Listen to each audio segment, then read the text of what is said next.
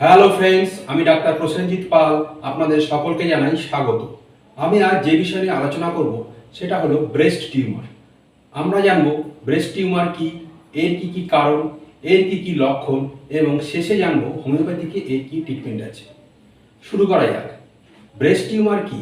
আমাদের ব্রেস্টের মধ্যে যে ফাইব্রাস টিস্যু থাকে সেটার ওভারগ্রোথকেই আমরা ব্রেস্ট টিউমার বলি। এটা জেনারেলি মহিলাদের একটা খুব কমন সমস্যা।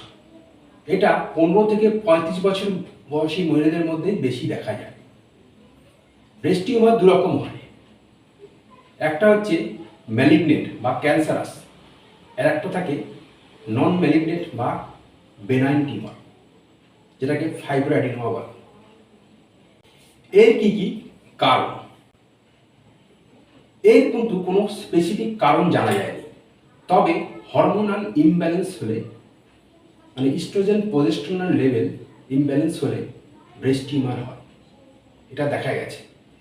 যারা কন্ট্রাসেপটিভ পিলস খায়, মানে গর্ভনিরোধক বড়িকা দীর্ঘদিন ধরে খেয়ে যায়, তাদের ক্ষেত্রে কিন্তু ব্রেস্ট টিউমার হতে পারে।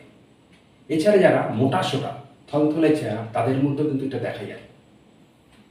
এছাড়া বংশগতভাবেও এটা দেখা যায় এবং কোনো চোটাঘাত থেকেও ব্রেস্ট টিউমার হতে পারে।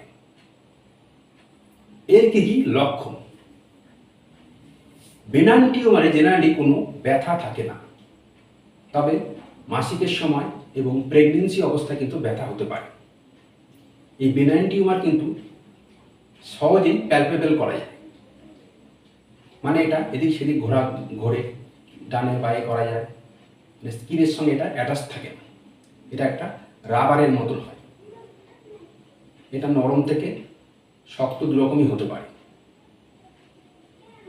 আর যে ম্যালিগনেন্ট টিউমার, এটা জেনারেলি স্কিনের সঙ্গে অ্যাটাচ থাকে, এটা কিন্তু দ্রুত গ্রোথ হয় এবং এটা কিন্তু ব্যথা হতে পারে খুব। সেই সঙ্গে নিপল থেকে আপনাদের ডিসচার্জ বেরোতে পারে, সেটা ব্লাডি ডিসচার্জ হতে পারে, ইওলিস ডিসচার্জ হতে পারে, ওয়াটারি ডিসচার্জ হতে পারে। সেই সঙ্গে নিপেলের চারদিকে পুরো ব্রেস্টটা ডিসকালারেশন হতে পারে, তখন কিন্তু সতর্ক হয়ে যাবে। এবার আসা যাক আপনারা কি কি ইনভেস্টিগেশন করবেন। এর জন্য একটা আপনার ম্যামোগ্রাফি করাতে পারেন, সিটি স্ক্যান করাতে পারেন, অথবা এপিএসসি করাতে পারেন, ফাইন নিডল অ্যাসপিরেশন সাইটোলজি, অথবা একটা ইউএসজি করাতে পারেন। এগুলো করালেই আপনারা জানতে পারবেন আপনাদের ব্রেস্ট টিউমারের কী কী স্কেলুম সাইজ কটা আছে এবং এটা ক্যান্সারাস নাকি। ক্যান্সারাস হলে কিন্তু অবশ্যই সতর্ক হয়ে যাবে।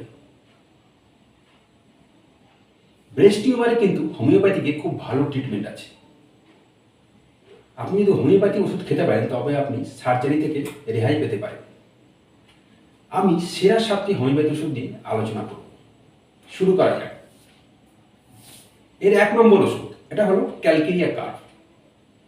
ক্যালকেরিয়া কার্ভে রুগী হবে মোটা, থলথলে চেহারা, ফর্সা হবে। এদের টিউমারটা হবে নরম, থলথলে হবে টিউমার। এদের মন যেরকম নরম হবে, এদের টিউমারটাও সেরকম নরম হবে। এদের কিন্তু মাথায় ঘাম হবে, এরা সহজেই ঠান্ডা লেগে যাবে, প্রচণ্ড শীত কাতর হবে, এদের একটা ডিম খাওয়ার প্রবণতা থাকে। এই দেখে দেবেন ক্যালকেরিয়া কার্ভ। এবার আসা যাক দ্বিতীয় ওষুধে, এটা হলো কোনিয়াম ম্যাকুলেটাম। কোনিয়াম ম্যাকুলেটাম কিন্তু ব্রেস্ট টিউমারের একটা খুব ভালো ওষুধ। এই টিউমারে কিন্তু খুব ব্যথা থাকে, টিউমারটা হবে পাথরের মতো শক্ত এবং এই টিউমারের ব্যথা মাসিক শুরুর আগে, মাসিকের সময় কিন্তু ব্যথাটা বেড়ে যাবে এবং এদের একটা মাথা ঘোরা থাকবে, এদের মাসিকটা কম হবে, দেরিতে হবে, এরা লবণ খেতে চাইবে, এদের জল পিপাসা থাকবে না, এরা কিন্তু প্রচণ্ড শীত কাতর হবে। এই দেখে দেবে কোনিয়াম ম্যাকুলেটাম। কোনিয়াম ম্যাকুলেটামের আর একটা সিমটম হলো, যদি আপনাদের চোট লেগে ব্রেস্টের টিউমার হয় তখন কিন্তু কোনিয়াম ম্যাকুলেটামের কথা ভাববেন। এবার আসা যাক তৃতীয় ওষুধে, এটা হলো ক্যালকেরিয়া ফ্লুট। ক্যালকেরিয়া ফ্লুটের টিউমার হবে পুরো আলুর মতো শক্ত। এর কিন্তু কোনিয়ামের মতো ব্যথা থাকবে না, ব্যথা থাকলেও হালকা ব্যথা। মনে রাখবেন, যখনই দেখবেন খুব শক্ত, পাথরের মতো শক্ত হয়ে গেছে, কোনো ব্যথা নেই, তখন আপনারা ক্যালকেরিয়া ফ্লোরের কথা ভাববেন।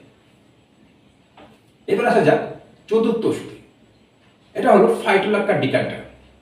ফাইটোলাক্কা আমরা কি দেখতে পাই? ফাইটোলাক্কা টিউমারে কিন্তু পুরো সারা ব্রেস্টে নোডোসিটিস তৈরি হয়ে যাবে, মানে গাঁট মতো হয়ে যাবে, ব্রেস্টটা কিন্তু পাথরের মতো শক্ত হয়ে যাবে, ভারী হয়ে যাবে, পুরো ব্রেস্টটাই সেন্সিটিভ হয়ে যাবে। বিশেষ করে নিপলটা প্রচণ্ড সেন্সিটিভ থাকবে, নিপলটা ফেটে যাবে। বিশেষ করে যারা বাচ্চাদের দুধ খায়, বাচ্চারা দুধ খেতে গেলে কিন্তু নিপলে প্রচণ্ড ব্যথা করবে এবং ব্যথাটা সারা শরীরে ছড়িয়ে যাবে, এই বগল টগলে ছড়িয়ে যাবে ব্যথাটা। মনে রাখবেন, ফাইটোলাক্কা কিন্তু অসহ্য ব্যথা হবে। এই ব্যথা নড়াচড়ায় বেড়ে যাবে, রাত্রিবেলা বেড়ে যাবে। এই দিকে দেবেন ফাইটোলাক্কা। এবার আসা যাক পঞ্চম ওষুধে। এটা হলো ল্যাকেসিস। ল্যাকেসিসের রোগী হবে রোগা, পাতলা, লম্বা, কালো হবে। এরা কিন্তু গরম কাতর হবে, এরা সূর্যের আলো কিন্তু সহ্য হবে না এবং এরা প্রচণ্ড বক বক করবে। এদের রোগ লক্ষণ রাত্রিবেলায় বেড়ে যাবে, ব্রেস্ট টিউমারের ব্যথা রাত্রিবেলা বেড়ে যাবে এবং এরা ঢিলে জামা কাপড় পরতে চাইবে। সব আটো সাটো জামা কাপড় এদের পছন্দ হবে না। এই দেখে দেবেন ল্যাকেসিস। এবার আসা যাক ষষ্ঠ ওষুধ। এটা হলো সাইলিসিয়া। সাইলিসে আমরা কি দেখতে পাই? সাইলিসে রোগী হবে প্রচণ্ড শীতকাত, এদের অল্পতেই ঠান্ডা লেগে যাবে, ঠান্ডা লাগে একটা ধার থাকবে, এদের কনস্টিপেশনের ধার থাকবে, এদের কিন্তু একটা পিকুলিয়ার সিমটম থাকবে, রাত্রিবেলা ঘুমের মধ্যে এদের একটু হাঁটবে, এটাকে আমরা সোমনাম বলে বলি। এবং এদের বগলে, পায়ের তলায়, হাতের তলায় প্রচণ্ড ঘাম হবে এবং ঘামটা প্রচণ্ড দুর্গন্ধযুক্ত হবে। সেই সঙ্গে থাকবে ব্রেস্ট টিউমার। এই দেখে দেবেন আপনারা সাইলিসিয়া। এবার আসা যাক সপ্তম তথা শেষ ওষুধে। এটা একটা ব্রেস্ট টিউমারের স্পেসিফিক ওষুধ বলতে পারেন। এটা হলো স্ক্রোপুলারিয়া নোডোসা। এতে আমরা কি দেখতে পাই? এখানে ব্রেস্ট টিউমারের সঙ্গে আপনাদের অ্যাক্সিলারি গ্ল্যান্ডগুলো ফুলে যাবে, কলার গ্ল্যান্ডগুলো ফুলে যাবে। এই দেখে দেবেন স্ক্রোপুলারিয়া নোডোসা। এই ওষুধগুলো কীভাবে খাবেন? যে ওষুধটা আপনাদের সিমটমের সঙ্গে ম্যাচ খাবে একমাত্র সেই ওষুধটাই খাবেন। এই যে স্ক্রোপুলারিয়া নোডোসা বললাম, এটা মাদার টিংচারে খাবেন 15 ফোঁটা করে দিনে 2 বার, সকাল বিকেল, টানা 1 মাস খাবেন হাফ কাপ জলে। আর যে ক্যালকুলিয়ার ফোঁটা বললাম, এটা 12x খাবেন, 4টে করে বলি, দিনে 2 বার করে খাবেন, হাফ কাপ উষ্ণ জলে গুলে বা চুষে খাবেন, টানা 1 মাস খাবেন। আর বাকি যে 5টা ওষুধ বললাম সেটা 30 পটেন্সি নেবেন, সকাল বিকেল করে খাবেন, টানা 5 দিন, হাফ কাপ জলে 1 ফোঁটা করে। তার ঠিক 1 মাস পরে ওই ড্রাগটারে 200 খাবেন, পরপর 2 দিন, একবার করে হাফ কাপ জলে 1 ফোঁটা করে। তারপর প্রয়োজন হলে কম করে 1 মাস পরে ওই ড্রাগটারে 1 ml খাবেন, একবার খাবেন, হাফ কাপ জলে 1 ফোঁটা করে। ব্রেস্ট টিউমারের ট্রিটমেন্ট কিন্তু আপনারা একটা অভিজ্ঞ হোমিওপ্যাথি ডাক্তারের পরামর্শ করবেন, নিজে নিজে ওষুধ খেতে যাবেন না। যদি একটা হোমিওপ্যাথি ডাক্তারের পরামর্শ খান তাহলে কিন্তু আপনারা সার্জারি থেকে রেহাই পেতে পারেন। আশা করি আপনাদের ভিডিওটা ভালো লাগবে। যদি ভালো লেগে থাকে অবশ্যই লাইক করবেন, শেয়ার করবেন, আমার চ্যানেলটা অবশ্যই সাবস্ক্রাইব করবেন। কালকে আবার নতুন ভিডিও নিয়ে আপনাদের সঙ্গে দেখা হবে। আজকে তাহলে এখানেই শেষ করা যাক। নমস্কার।